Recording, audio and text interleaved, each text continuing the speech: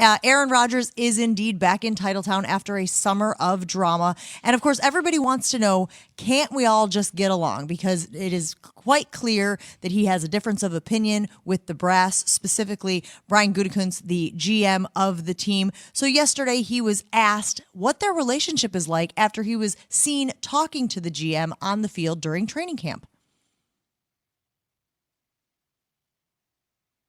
I definitely harkened back to that summer at various times this year and thought about putting myself in his shoes. What's he got to be feeling? What are his emotions? How is this for him? And then I just reached out. I reached out a number of times, check on him, see how he's doing. He went through an off season or a season last year without his sweetie. She was over in a different continent, chasing her own dreams. So wanted to check on him, how he's doing personally, and all the parts of the relationship, the friendship that are important, and also just checking where he's at mentally. Okay, so that Aaron Rodgers talking about Jordan Love, which of course Aaron has been on the other side of this whole thing because he went through being the quarterback under center when Brett Favre was vacillating back and forth in the summer of 2008, which is crazy because that was the family night scrimmage, which happens to be this Saturday, this year. So Rodgers saying that he reached out to Jordan Love to just make sure that he didn't have similar anxiety, questions, confusion about what was going on. But yesterday, Rodgers was asked specifically about his relationship with GM Brian Gutekunst, and here's what he had to say.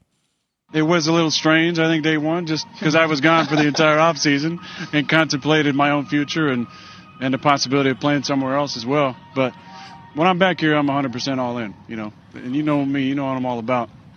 I love my teammates. I love competing. I do love practice. I love to go out and give it to the young corner when I can and get after these guys, talk a little smack, especially with a new D coordinator in here. We got to let them know how it goes around here. Loves his teammates, love everybody, but he didn't mention management or the organization, which I think is a shot right at Gutekunst. You know what I mean? So, listen, it's one of those relationships. You don't have to like everybody you work with. You just got to be respectful when you're there. But, if anybody ever remembers that interview, or not the interview, that moment where Chris Paul's on the court and he's smiling, I think it's Doc Rivers. He look at him, then he frown. That's Aaron Rodgers. Every time he goes, hey, jerk. I still don't know what the mechanisms are that they have put in place. I have joked on our show in Milwaukee that maybe there's hallway times. Brian Gutekunst gets to walk down the main hallway from 9 a.m. until noon, and then at 12:01, Aaron Rodgers gets the hallway, so that they don't cross paths. But they have been seen chatting with each other on the field at training camp. My issue with Rodgers saying that he's 100% all in is if you are, and I'm not saying that you're not, but if you genuinely are, you can't take any more pot shots. You can't take any more jabs. It can't be any more of the underhanded lines. If you're 100% all in, because it deteriorates what you're working towards. The other guys see that. Other guys think like, oh, this is still going on. The drama is continuing. Just bite your tongue. And Rodgers he talks about the strongest people being the silent ones and their strength in silence. Like, this is the point where he needs to be able to shut it down.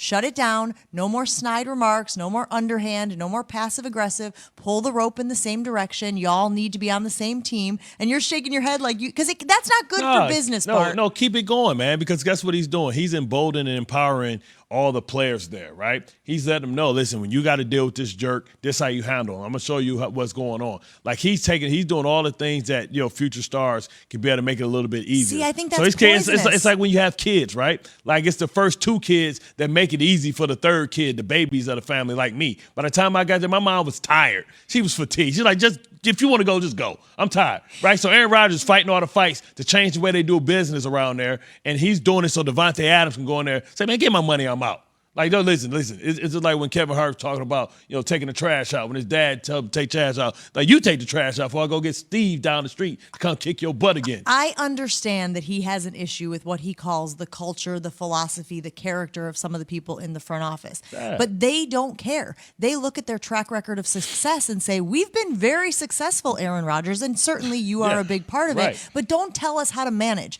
Don't tell us how to scout. Don't tell us how to put a roster together. No, you got to leave the building better than you found it, right? And they've been going about business the wrong way. They've not been appreciating the sacrifice. Because one thing about the player, right? You can have a general manager that put in the work in the late hours, the coaches put in the late work in the hours, but the quality of their life ain't changing, right?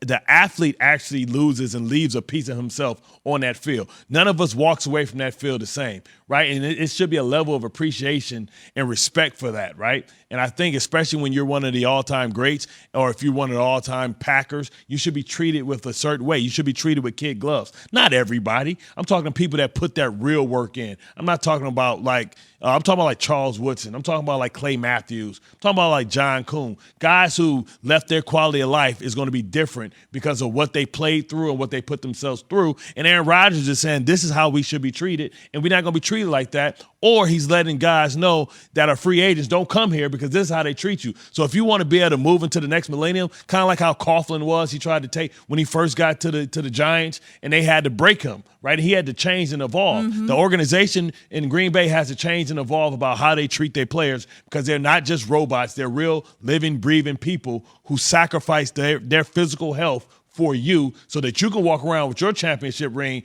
meaning and you don't have any of the scar tissue. It's time for Straight Talk, brought to you by Straight Talk Wireless. Okay, so yesterday, Aaron Rodgers was asked about his relationship currently with Brian Gutekunst, and I think this is a sign of progress. Let's take a listen. I think it's a work in progress for sure.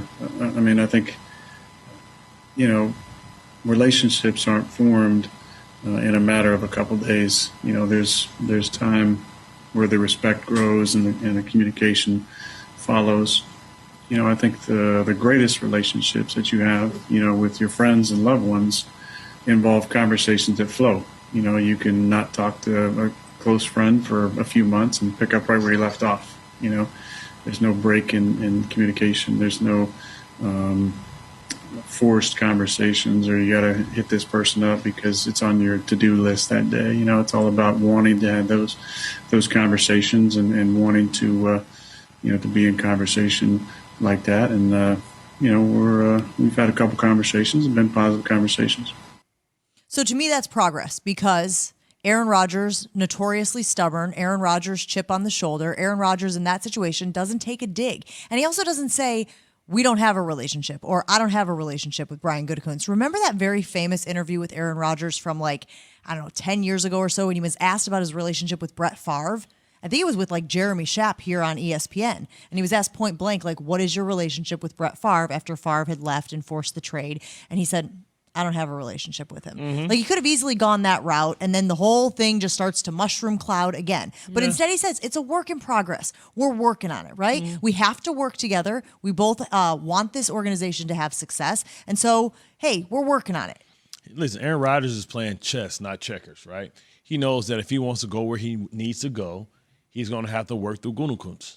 He knows if he wants to stay, it's going to go through him. So I think, listen, you can have a level of respect, but you got to know how to play people. You got to know how to manipulate people. And he knows that it does him no service. It doesn't help him or bode well if he's going to continue to dig at him because then he's going to dig in. You understand that the organization is going to always side with management. So, Aaron Rodgers, if he decides to leave, that's why you get these tell-all books, right? After the fact.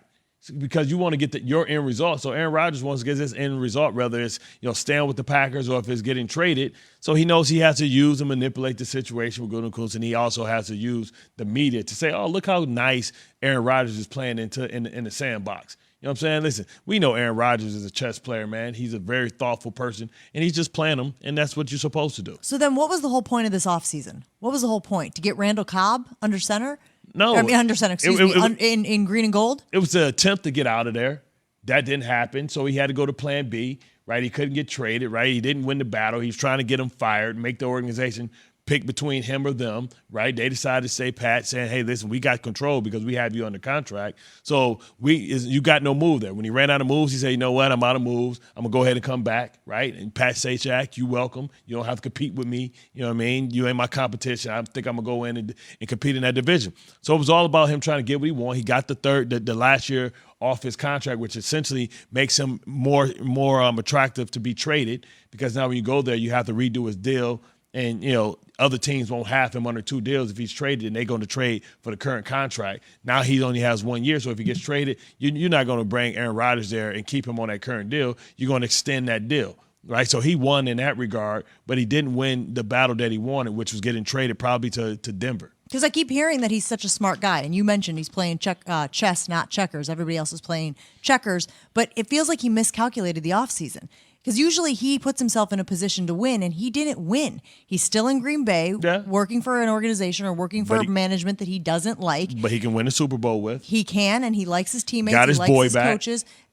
And that's it, right? Got his boy back, and he got time left off his contract. And he didn't have to go through the offseason workouts, which was a big thing for a veteran as well. He didn't have to do that anyway. So, and he's also going to get traded, or he set himself up to get traded, right? Because he can say, hey, I did everything I was supposed to do. I gave you my all. Get me out of here. And knowing that they have to respect that, right? And knowing that they have to have a plan to respect that. I'm sure they know Aaron Rodgers' teams that he wants to go to right now. And I'm sure his agent is going to continue to update them throughout the season if he's going to get traded. And his agent's having those back channel conversations with organizations, and I guarantee you guys aren't going to say it, but if we know like, oh, LeBron James is going to be a free agent maybe, and teams are gearing up for him just in case, other teams in the NFL are gearing up for that case as well, and maybe that's the subject that we should discuss. Where would be some great destinations to Aaron Rodgers, and where should he go later? Oh, what a tease, Bart. Are we going to discuss that later in the show? Absolutely, we are going to talk about what say the people, too? Where Aaron Rodgers should go once he is done in Green Bay, theoretically, after this season. They talk about how he wants to be the smartest guy, and he talks about silence being smart at times. This is why I go back to, if you say you're 100% all in, if you say that you